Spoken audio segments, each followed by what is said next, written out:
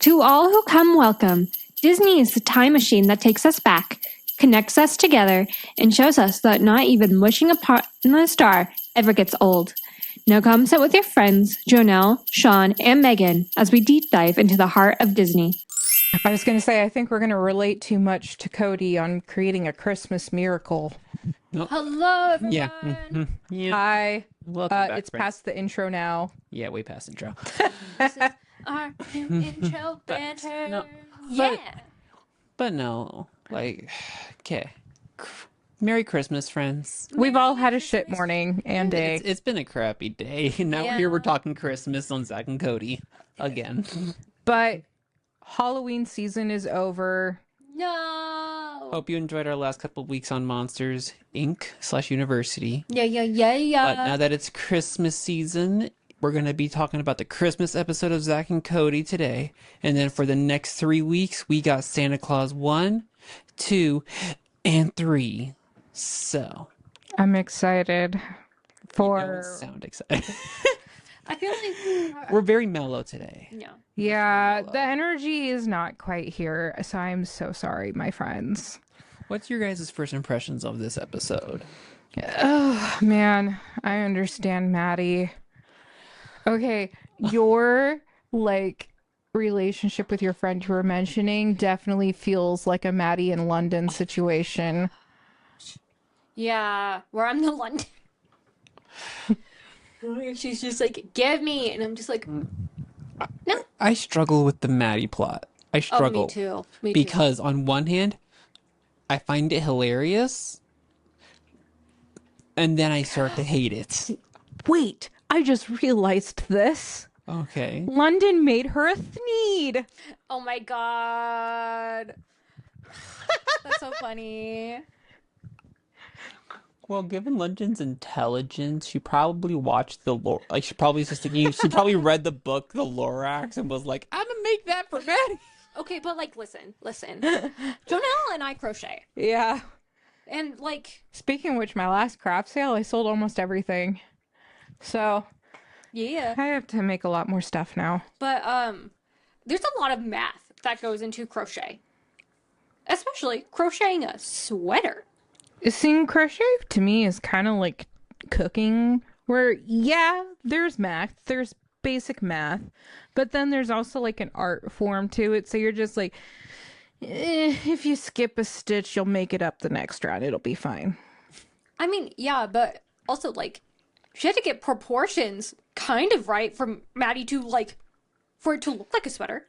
On the measuring side, yeah, I can see that. Yeah, so I'm it requires. But to be fair. To be fair. Her and London are similar in size, adjacent.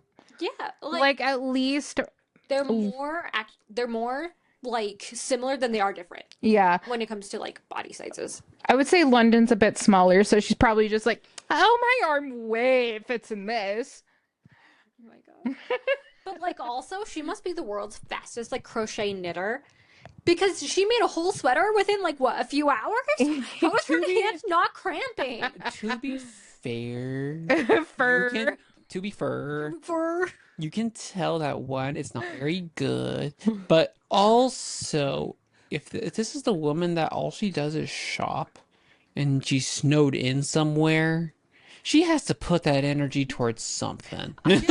I have a few things I want to say, as a crocheter, just real fast. One, the gauge was really good.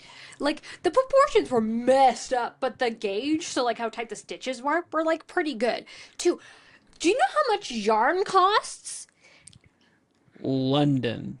I mean, yeah, but, how does she have, a sweater's worth of yarn just laying around if she doesn't crochet? She probably tore up some of her old sweaters and rewound it. Yeah, I can see if that. she could. There had to be someone in the hotel who owns a yarn winder. And Muriel. Yeah, that makes sense. Muriel. And she took some of her pink sweaters and was like, I'm going to make Maddie a sweater. Knit, or gosh! To be fair, I'm a mitt. Today is horrible. Ugh. Yes, goddess of shrooms. Woo! I promise I'm not on drugs. Hashtag not that kind of podcast. Anyways. But we are not kid Friendly either. Yeah. I mean, we are, but our... Continue. I forgot where I was going. You said you're gonna admit? Oh, yeah.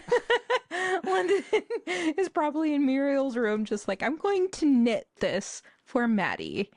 Okay, Toots, here's what you're gonna do. So unwind my sweaters. Oh my god. I feel so bad for Esteban in this episode. Poor guy's from like a South American country, all nice and warm. He's sitting there marveling at like the snow falling, and then it's like it's like a relationship. He's like, I thought I knew you, and you came around and hurt me with your cold-heartedness, literally. I love Mosby in this situation. The whole thing, Mosby was like up here on his comedy timing. Like he did not miss a beat. I love Mosby. For the most part, there are some times where I'm like, but like, I think as a kid I would have hated Mosby. But I think as an adult, I'm like, oh my god, I relate so hard. Like, I don't run a hotel by any means, but like, I deal with kids' shenanigans all day long. And there are days where, like, I'm like, yes, I will. Look, there's a limo outside. I will personally pay for you to leave. Goodbye. I just wanted to like comment on like the episode in a whole, and it's pretty funny because there's this show. It's not even a show; it's a play. And I'm trying to remember the name of the play, but essentially the actors are also playing in a play to the audience. Gosh, it's so meta. High School Musical? No. You get the joke. Because it's not wrong. Okay. But so in this play, they're in a scene of a house. There's like in the studio, they like go up the stairs. There's 2 bedrooms and a bathroom up there, and then the bottom of the set is just the living room and then another bathroom and then kind of the front door situation. So like this is full on done in an area where it's supposed to be done in front of the audience. Yes. Every episode or every time they redo this show on Broadway, it's never the exact same. I love that. Honestly. So you're watching them do this from one place to another, and it starts making headlines because there's one person on there where he's like, just all of them have something faulty in them, where they forget a line or they are like they have a habit or something like that, and they kind of bring their habit onto the play. And so each performance. Thank you. Each performance is so unique and funny because everyone is like, how did you go from the bedroom to downstairs? And oh my gosh, I think this is hilarious. This is so funny. Because I think it's called All That. I'm trying to remember the name of that. I think it's so funny because when it comes to like Broadway, they basically like they want to make sure that like every performance is like every other performance, kind of. And like going back to like to the original Broadway cast that initially performed it. And the whole reason is so like if I were to go see it in my little town of Spokane and someone goes to see it in New York, they're watching pretty much the same play with just different actors, right? And it should be the same as like when Lin-Manuel performed it, unless there was like some major changes made by technically Lin-Manuel because he wrote the play, but like it's like so that way you can still see the same thing, and then if you meet someone else who watched in a different city, you would all have like the same general experience, right? Yeah. So an idea of like a Broadway play that's constantly changing means that no one will ever see the same play unless you were in that room on that night, and I think that's a really interesting and beautiful like yeah. What's your thoughts on like the episode as a whole?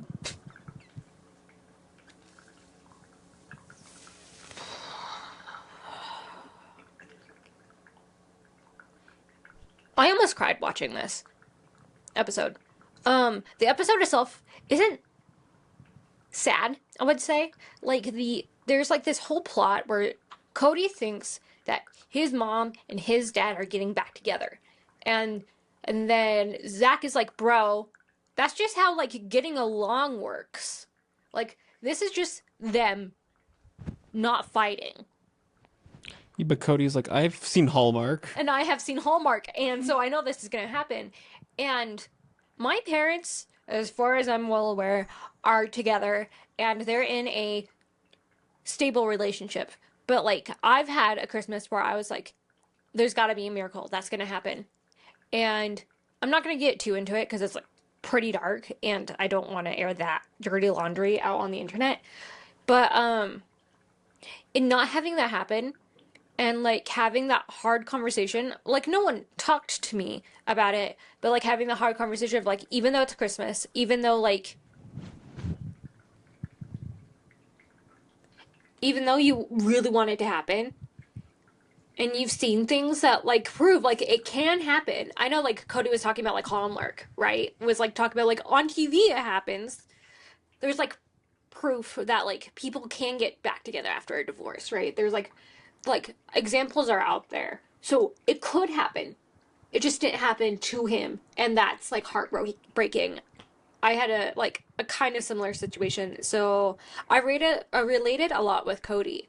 I think that the whole Mary and Joseph was kind of tongue-in-cheek, and I liked it, but I also kind of didn't like it. And I don't know, I mean, the whole, like, at the beginning when Edwin was like, "Oh my gosh, look at my beautiful light display," and then Cody's like, "I'm gonna turn the light bulb," and then, like, the whole city shuts down. I'm just like, this is like Rudolph and the Red-Nosed Reindeer. Oh. Like, the Toy Maker episode, when they're like, "Oh my gosh, Oh, yeah. everything has gone down." And I'm like, this is such a, like, a trope. This is such a trope where someone's like, "I put too many lights on," and then, like, the whole city gets like shut down power wise. I don't know. I have a lot of thoughts, and like the episode feels very clunky. I can see it feeling clunky. I think it's humorous because it plays off of a lot of like, I feel like Christmas gags. Mm-hmm. Or like tropes, yeah. Like Oh, that's the whole point of it. Yeah. It is playing on that trope, and I'm looking. You found out what the musical is? I'm getting closer. Keep us updated. But like, because like, let's start like from the very beginning. Like they're like, "Oh yeah, we're gonna put the lights on the tree. He's just gonna give this big speech about Christmas, goodwill towards men, all these things." And they're like, "I have to go shopping," and so like they play like the "Oh Christmas Tree" theme really fast, and he goes, "Hope everyone's good. Have a good day." And then like, yeah, there's trope of like screwing that light's out. Oh, now all the whole city's out. Great. Mm-hmm. And then like how they made the dig about like Mary and Joseph get like together on like traveling together. And like how they like allude to like the story of like Jesus's birth without actually explicitly stating it. All right. I don't get it. I found it. What is it? Noises off. Oh! Yeah. And I knew it was pretty basic, but I'm just like, anyways, it's kind of an older show. I've heard of it. I think one of the schools I went to was going to do it, but then they were like, we couldn't get the rights. But no, and then like, yeah, there's just like the trope, like how they like alluded to Jesus or whatever, and they're like, yeah, what a happy coincidence. What a happy coincidence. That mother's birth. A little too fast, in my opinion. Literally, we were watching this episode together, and I was like, that was the quickest birth ever. And, like, for someone who's, like, water just broke, I'm surprised it didn't go everywhere. Like, oh my gosh, that was, like, the cleanest birth of all of history. Also, why was Maddie's Sneed not covered in more blood? Where's the placenta? Where's the blood? I want to see the ooze. This is just, let's remind everyone that this is a Christmas episode, not a Halloween episode. It's a horror episode of Zack and Hey, Cody. it's Nightmare Before Christmas. Not Krampus. Oh my gosh. No, I guess Okay, I understand why, like, it was, like, played for, like, the joke, right? Of, like, oh, it's so funny, there's no room at the inn, and Mary and Joseph, and, like, all that. Well, there was a Christmas miracle. A baby was born, the lights went out, everyone had a joyous time together. Arwen got to turn on Betsy. Turn on Betsy and destroy furniture. Like, I know, like, that's why I was leading up to it. As someone who studied Christianity and was going to be a pastor, I did not think the joke was super funny.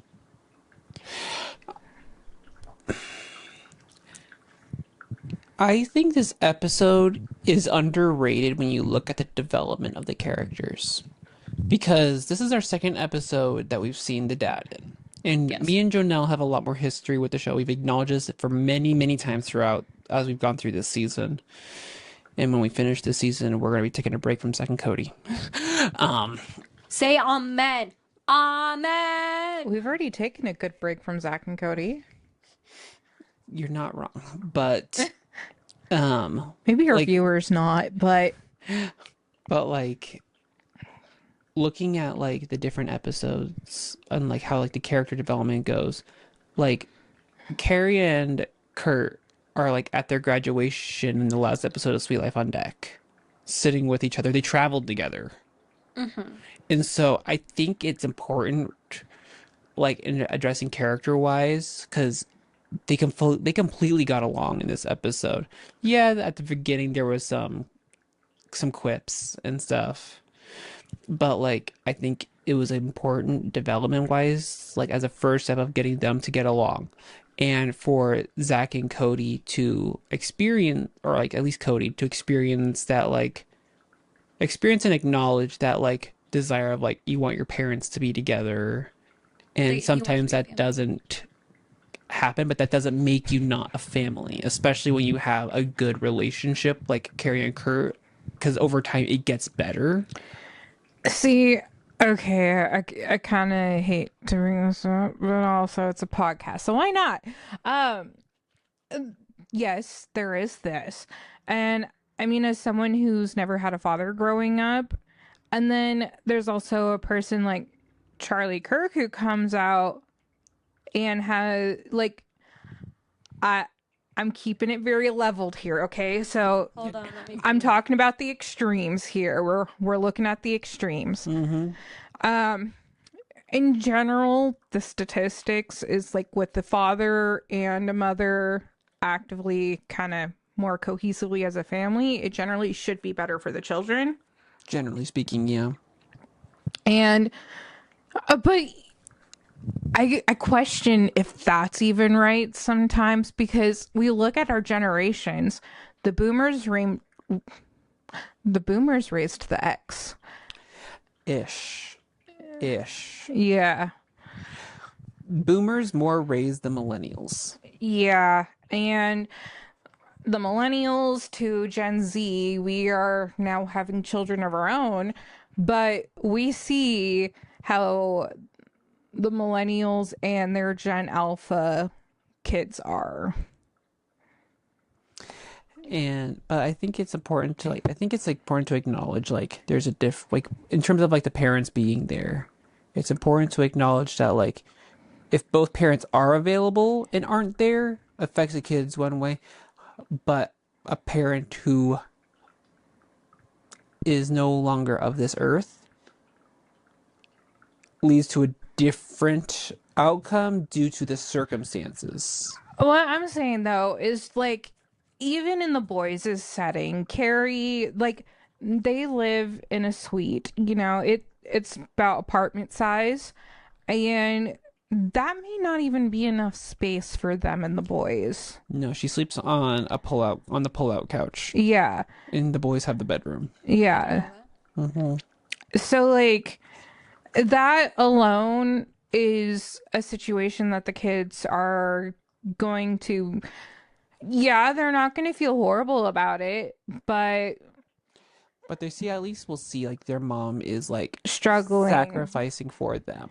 and more than likely they're probably making sacrifices at home too that is not being brought onto the show, because I mean the producers are probably not going to show what a normal day-to-day life looks like for them, because I'm pretty sure a day-to-day life for them is not running around the hotel. I think they acknowledge some poverty issues through Maddie, is the thing. Like, I feel like rather than having that impact the main characters of the show, I feel like bringing it up with one of the side characters is a better, I feel like it's a more rounded way to address that, because the boys are going to be going through their own personal life issues through school and just growing up. And this is where Hannah Alonso comes in with influencer insanity. But this is where the entertainment doesn't become realistic. Yeah. Because realistically, there is an issue with how our families are being raised here in the United States. There is some type of systemic issue somewhere, because generationally, we have not seen as much improvement. I think that comes from... do you have any thoughts on this, hon? Yeah. So I work with children, and something that like has been pushed in recent years is like talking to children about different family structures. Like, not just like the typical like people are raised by their moms and dads. We have been really talking about like family is who you live with. So that could be grandmas, that could be grandpas, that could be aunts, uncles, foster families, how you can have people have two dads, how people have two moms, like, and like acknowledging and talking about like your family and who you love is wonderful, even if you don't have a dad, even if you don't have a mom, even if you have neither. Like, and that's something we've been like really talking about, like as of like the last like few years. And just seeing, like, I've been working within childcare for over like, but not even just childcare, working with children for like over like 15 years now. And like I've seen the difference between like kids who are like afraid to talk about like their family structure because they lived with someone other than mom and dad, to like people embracing like, oh yeah, I live with my grandma. Oh yeah, I have two dads, and that's like super cool. Living with grandparents, I like, as someone who lived with their grandmother in the entire summer and then lived with mom for the school year, that's something that just like has to be so hard if you lived with your grandparents 24/7. Because I know for me, I love my grandma. I mean, we both know this. I will spontaneously cry if I even think about her death. It's true. We're not going to go there. Yeah, let's not bring the tears on the podcast. There's already fur. To be fur. But just, I feel like I have so much sympathy for the kids who have this situation, because, you know, more than likely their grandparents may not be around, maybe even by the time they reach high school. I think the other thing that really like impacts the kids who just live with like grandma or like an elderly person is that they can't keep up with them. So like we have a young kid, and our kid has a lot of energy. He's a good kid, and like I can imagine my dad watching him 24/7. yeah, like no, like I think it's one thing to have like babysitters or like for the weekend, but like especially with young kids, like to keep up with someone who's young and full of energy and then full of different slang, like we look at like Gen Alpha and we're like, what the actual heck are you And my sister's Gen Alpha, because me and my sister are 13 years apart, and oh God, I'm trying not to go in the family structure here on my side, but it's worse. It's hard. It's hard, but also like looking at the generations, I like to your comment of like we haven't made too much progress on families and stuff. Like I feel like we're going the opposite in a way. It's hard because we're going in the opposite because they're within the last I'll say probably 75 years, there's been an increase in change. Because if you were to look at 100 plus years ago, family is rooted in culture. And a lot of that culture comes from very traditionalist And it's gone. views of like, and I'll say Christian values because that's what it's most attributed to, but it's not even necessarily Christian values of mom, wife, or like dad, husband, wife, kids, dog, car, suburbs. Best example is tribes, like Native American tribes. Like if we were looking at culture, like we're going to look at like big systemic culture, things like that. Yeah, like oftentimes it's religious culture, spiritual culture, those types of things really drive familial lines. And I would say for the last 75 years, there's been a shift to where our own culture is really shifting gears and into something that's not normal than what's And this is historically where I been was going to considered go normal. into the next part is 3 pillars. So there's 3 pillars that are supposed to hold up a society, and they're supposed to be equilateral. Okay, so picture Abraham Lincoln underneath this thing of the pillars, and then there's like giant blah. Like a roof or something? Yeah. A stool. Yeah. One of Oh, the pillars is going to be culture. One of the pillars is going to be authority. And then the other pillar is going to be law. So there's going to be the police officers, the lawmakers, and the culture. Those generally should all be equal, which is what our culture of the United States aims for, but unfortunately it's not where we have gone. No, I feel like culture-wise, for there to be a successful culture, There is one in this culture right now. there has to be a sense of cohesiveness, something that everyone can agree on as typical values, beliefs, and norms. And that the problem is that looks different for everyone in this country. We're broke. We're all broke. Except for those of us who are extremely not broke and could, like, I'm just thinking of, like, the wealthy of the wealthy of the wealthy, right? Who are like, what's $20,000? And I'm just like, But like,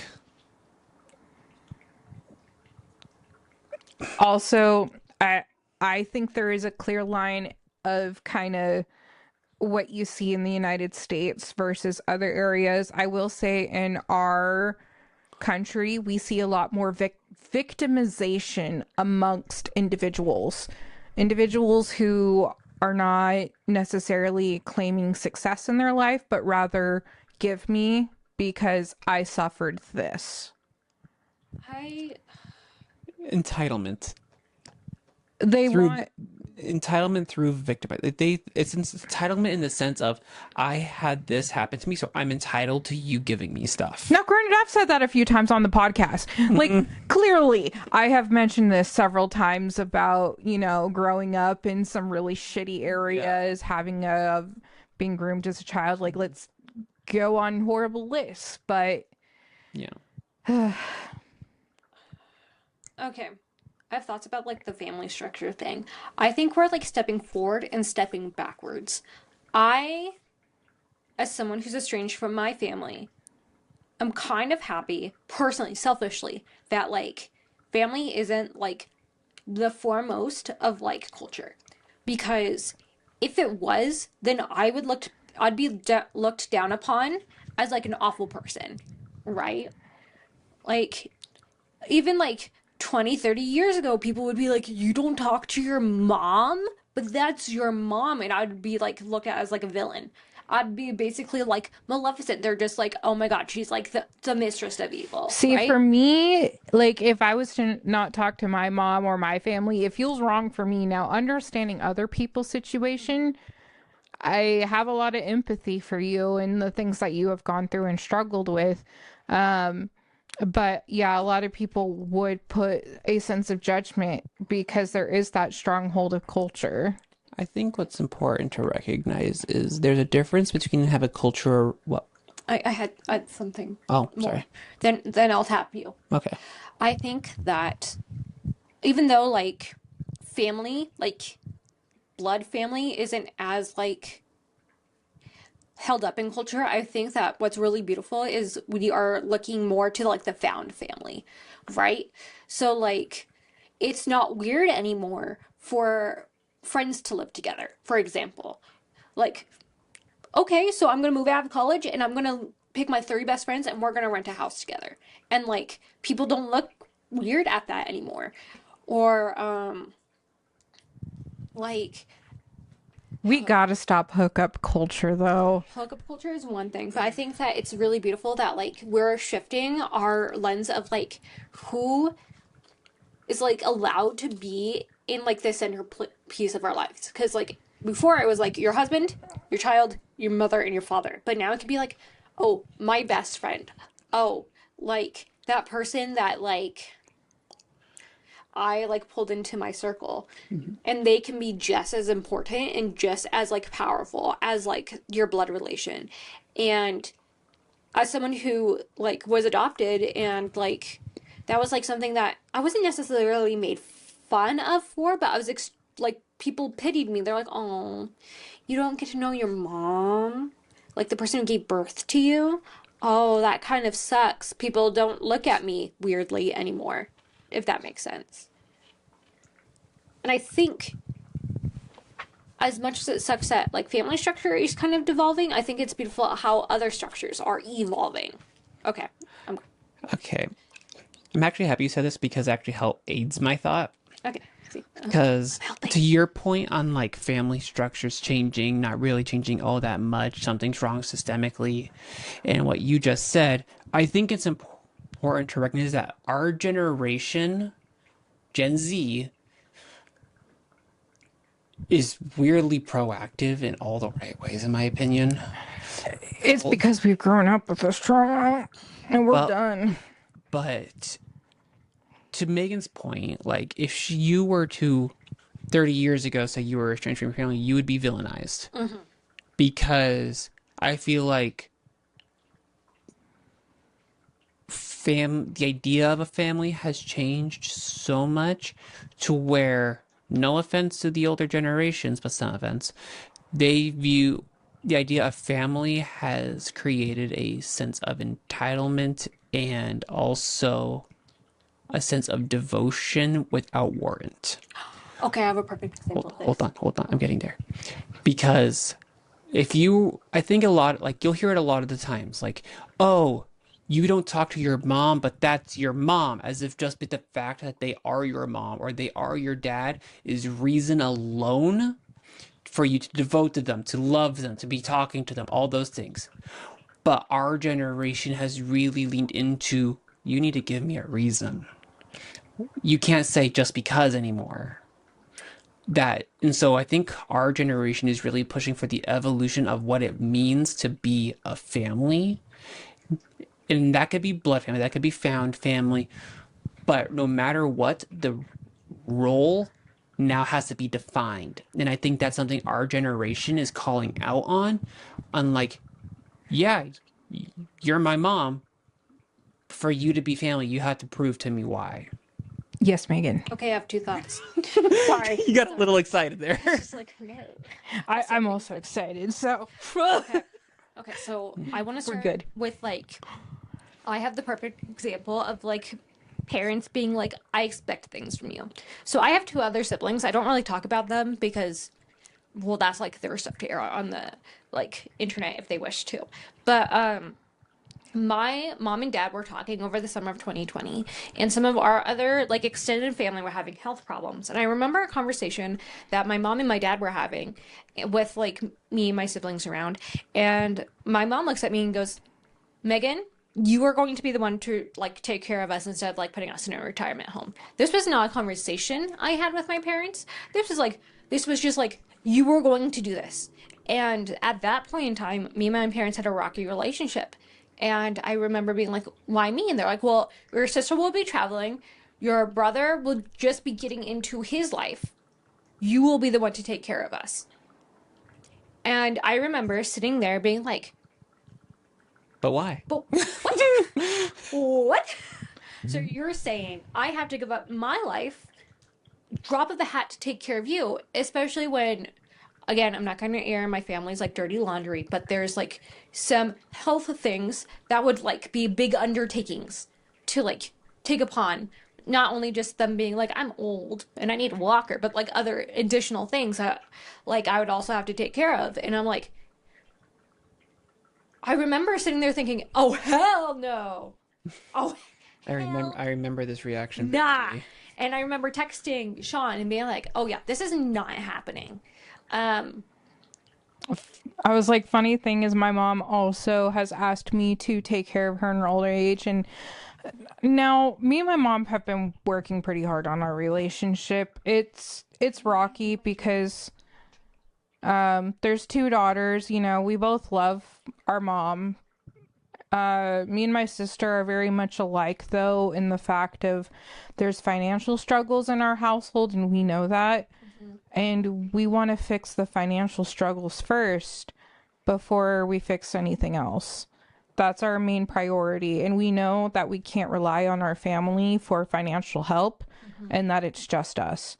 But me and my mom have finally been talking more, and my mom always tells me of like, oh, I remember like when you were a kid, I would say this to you and you would say this back. And it was glorious type of thing of like, when I get old, you said you never wanted to leave me. And then I mentioned, you know, what actually was processing through my head and like some of the things I was witnessing around me and like how all of these things are adding up now. And I'm like, I care about you, but I'm like, you need to have a will to be in my life.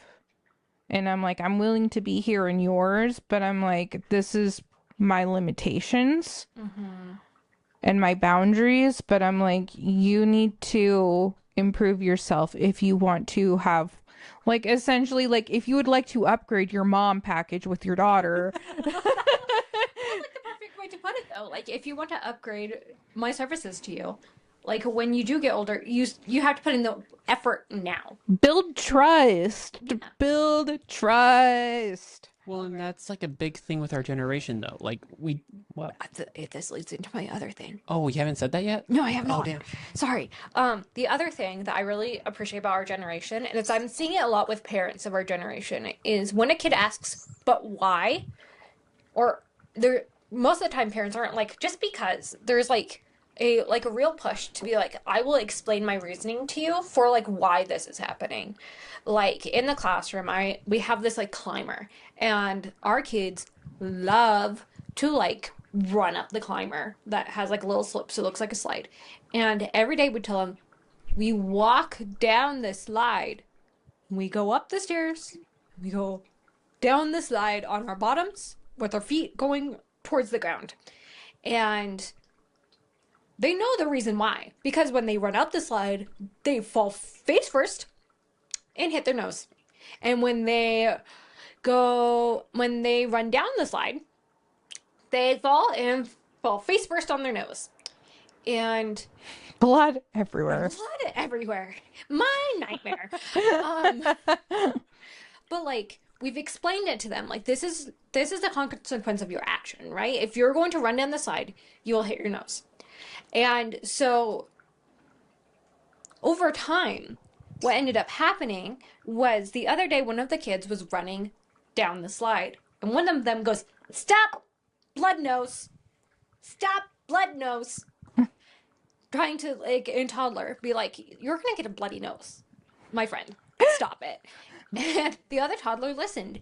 And I think about that when it comes to, like, when it's like, that's so cute. It's so cute. It's like one of those teacher moments that makes my heart go, I'm actually doing something useful. When a kid goes to another kid and goes, stop that, don't do that. And it's like more than just like, stop, you're getting a bloody nose, but we explain like life to them, instead of like, my parents would just be like, it's just because. Or because I told you so. We actually like sit down and, not all the time, but most of the time, be like, this is the reason why this is happening. And so our generation is like, hey, stop that. We want to know where our boundaries are when it comes to this relationship between our parents. Now, for the generation we're raising, they already have that conversation starting. So that way, when they raise their kids, that's already a set up expectation is I'm going to tell you what I'm doing and why. And I am so excited for not like that generation, because that will be like open communication. Now, it won't be perfect, and I'm not holding my breath for such, but I think that it's like a beautiful, beautiful thing that like our generation is starting as being like, we are telling you the reason why we give you these rules, or like why I'm having you do this. I will say one of the most annoying things I find in myself, and I don't know if anyone else in our generation feels like this, but finding out who the fuck I am. Oh my gosh, it's so hard. Because I have no clue. Like, I have a good idea. I mean, yes, I have a master's degree, so like... At least you like numbers. Yeah, at least I know I like numbers. But... And now I'm like gearing towards still working my corporate job and gearing towards working for sales. And I'm just like, I see the benefit that comes with sales. And I'm like, would I actually enjoy sales? But I'm like, I would enjoy the outcome of it. Because the 9 to 5 is draining. See, I find it interesting, like when you bring up the identity crises that a lot of people like go that it starts in high school and extends into 20s. I think it depends on the person. It depends on the person, but generally It's speaking, been hitting me hard now. I think I have procrastinated on it until now. I feel like this is maybe just me how I think about it. You guys can both call me out wrong on it if you want to. I don't think of this in a typical way. I think of like, who am I? Whenever I think about identity crises, or if looking at hearing people talk about them, seeing people experience them, I don't think it's so much as a who am I, it's a what about me haven't I found? Because like you just said, you got your master's, you like numbers, you more or less I like just laugh at myself so much now that I have my master's done, because like I think back and I'm like, why did I get my master's? I didn't need my master's. I mean, I need it for my CPA, but my CPA, I can't afford that right now. So then I'm like, what is the true reason I got my master's? And I'm like, you know what? It's made me confident in my skills of business. But like, I think it's a lot of those like, okay, I know these parts of me, but I feel like there's another part of me that's missing that I haven't found yet, that I need to find in order to move me forward. I think that's really interesting, because the question I ask myself is, who am I becoming? Mm-hmm. I had this like question the other day of like, we went in my house, we talked about the full extremes of like becoming a number one salesperson and like what that life would look like, earning essentially around 20 to 40K a month on sales, and then just kind of what future we could build for ourselves. And I'm like, who am I going to become in the future? I'm like, am I going to be a snobby, rich, white collared person, or you're gonna wear Gucci every day?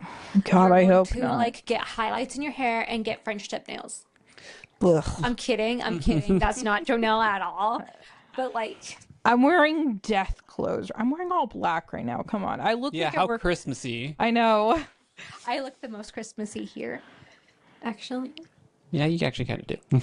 I worked really hard on my appearance today, y'all. I was like, I can't wear leggings to work. It's not it's against our dress code, and I can't wear this sweater because it shows my tummy if I raise my arms.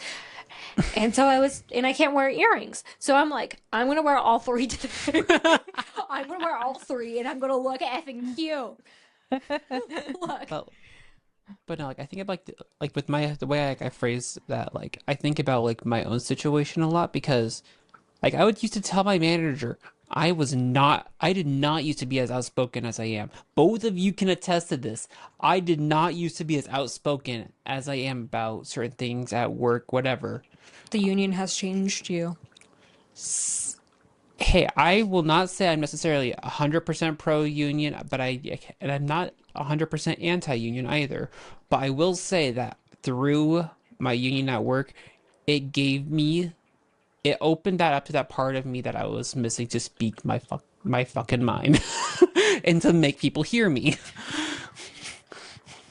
I think the reason I phrased the question is like, who am I becoming, is because since I was little, I was told like your life right now, like in high school, middle school, whatever, is like, it's like pre-life. Like once you get into college, your life will actually start. Oh my God. Every time when I was in elementary, middle school, and high school, I kept telling myself, it's going to get better. And yep, It's going to get better. If a kid is saying that, there's an issue. it's true. I hate to say it, that's an issue. I have literally been saying that forever.